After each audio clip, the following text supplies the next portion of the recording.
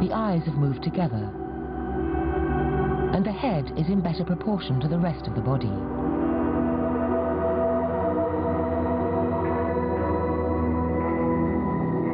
It's also the end of the first trimester, the time most pregnant women will have their initial ultrasound scanned.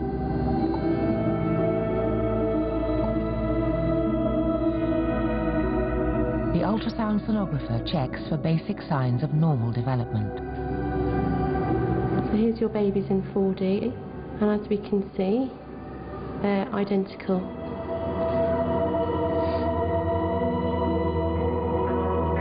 The sonographer sees a single placenta, a sure sign that the twins are identical. We can see here a single placenta, like a T-section, which proves that you're having identical twins. So when would you see them start interacting or reacting against each other? We can see them almost sort of moving. From now on, the mother will be monitored closely.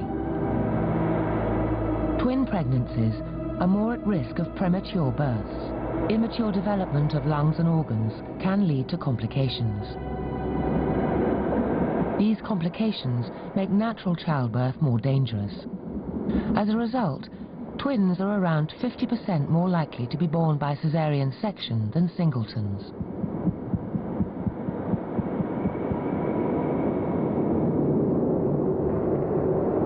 The timing of the scan also marks the start of the second trimester.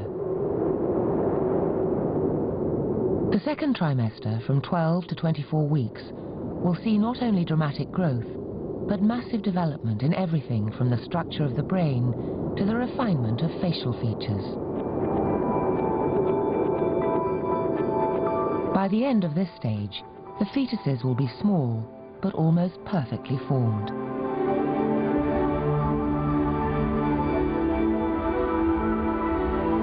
They look very similar, but new research reveals that even at this early stage, identical twins may already be less identical. Subtle changes are underway that will become greater throughout their lives. And the mechanism responsible is one of the most complex yet fascinating processes in the whole of human development.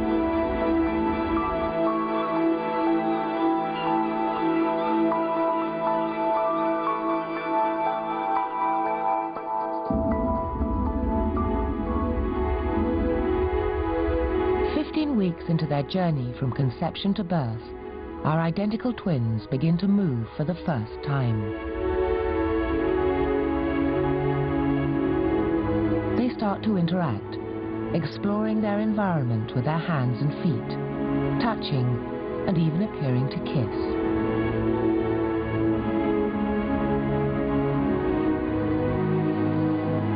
Their mother in later pregnancy will feel the same kicks each twin feels in utero.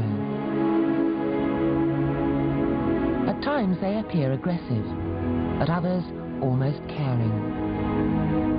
They look identical, but unseen influences may already be taking effect, ones that could subtly alter the expression of genes in their growing body.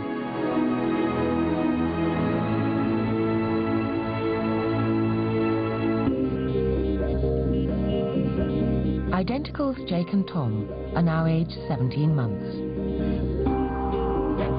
Jake is 8 centimeters taller than Tom and 4 kilos heavier. When they were born in 2006, doctors attributed these discrepancies in size and weight to restricted nutrition or blood flow in the womb. They expected Tom to catch up. But after a year and a half, they're investigating whether Tom may be suffering from a genetic condition called Russell-Silver syndrome, a growth disorder. One of the causes of this syndrome may be a problem with a growth gene on chromosome 11. Scientists are puzzling over why Tom and his brother do not both have the syndrome. Identical twins, after all, have identical genes.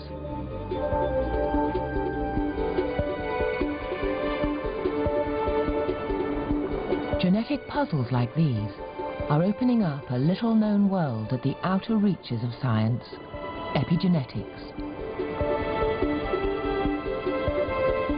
This growing field of biology may help explain the differences between twins like Tom and Jake.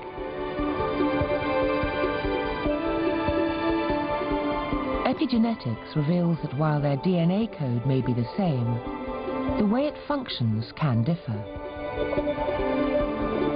The human genome contains around 25,000 genes, each with its own specific function, such as producing energy or directing cell division. Now, geneticists are investigating a previously unknown aspect of the genome called the epigenome. There is a series of chemicals that act as switches, capable of activating or deactivating individual genes.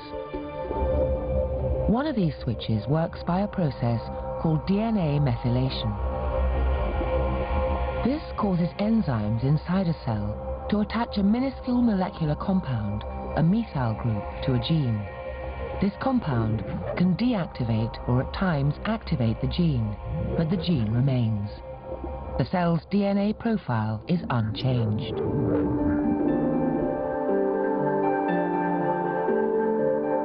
This could explain the difference between identical twins Jake and Tom. Some as yet unidentified environmental factor in early cell development has caused a methyl group to attach itself to a gene on one of Tom's chromosomes, a gene associated with growth. The growth gene is still there, but it's been switched off. By investigating the mystery of twins like Tom and Jake, geneticists are finally beginning to find clues to some of the great mysteries of the human genome.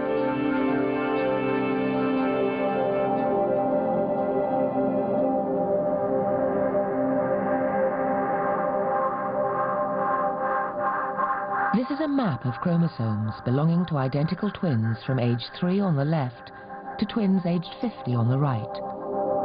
The red markings are an indication of the increase in the methylation that has occurred to their chromosomes over half a century. We know that factors like smoking, diet, and chemical exposure can, over a lifetime, wreak havoc with how genes operate. What's astounding is that there are different environmental influences in not only our lifetime, but also in utero. Hormones, space, quality of nutrition can all affect identical embryos differently, even those sharing a placenta. The activation and deactivation of genes during early development could explain many of the twists of fate that affect us all. Why one person is struck by disease while another spared. Epigenetics may also play a significant role in determining sexuality. If sexual preference is associated with an as yet unidentified gene, it may be that the epigenetic suppression or activation of this gene dictates sexual preference. These genetic switches may be the answer to why one twin absorbs more testosterone than the other, resulting in one being gay and the other straight. It's becoming clear that our health, personality, tastes, and even appearance are not the product of either our genes or our environment, but that nature and nurture are inextricably bound, with epigenetics the tangible biological link between the two. And most surprisingly of all, new research claims these subtle changes to a gene's expression can be passed on down through the generations without affecting the underlying DNA. Studying a register of births and deaths in a remote region of northern Sweden, researchers noticed a peculiar phenomenon. A generation of boys who experienced a famine had grandchildren who led longer lives.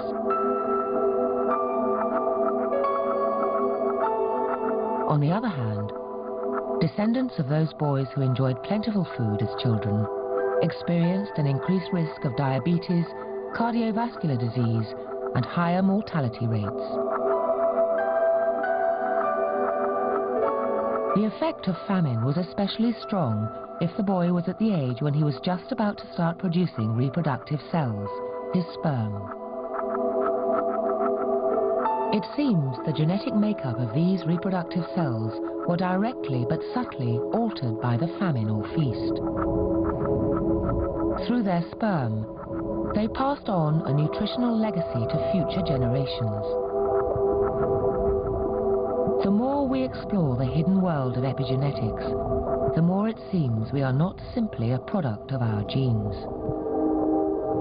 We may even have the power to steer our genetic destiny, and perhaps that of our descendants, through lifestyle choices such as smoking, diet, and exercise. What makes identicals unique and useful to genetics is that their genome is 100% match. Or at least, that's what we thought. Now, powerful new DNA techniques are revealing a different story, one that is only just unfolding. As the second trimester draws to a close, the twins will have a second scan. The development of external features such as limbs and eyes will be checked, and the major organs will be examined for signs of defects. The twins are about 20 centimeters long, small enough to cradle in the palm of the hand.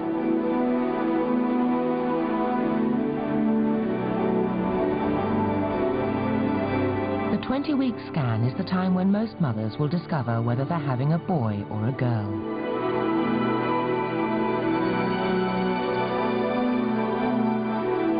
Identification can be done as early as 11 to 12 weeks, but is more certain at the 4-month scan. The scan reveals our twins are boys.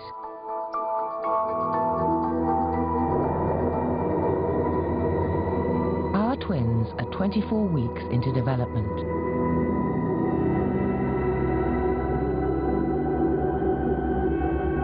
Their mother can now feel them kick.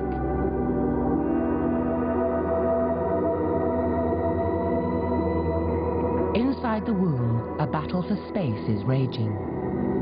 A scan reveals this struggle, and perhaps even a glimpse of emerging personalities.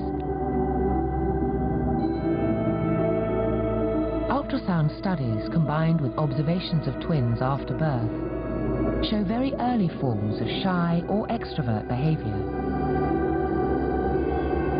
In one study of fraternal twins, the shyer twin would occasionally hang on to his umbilical cord and even appear to lick it, while his sister would seek to grab, kick, and push him.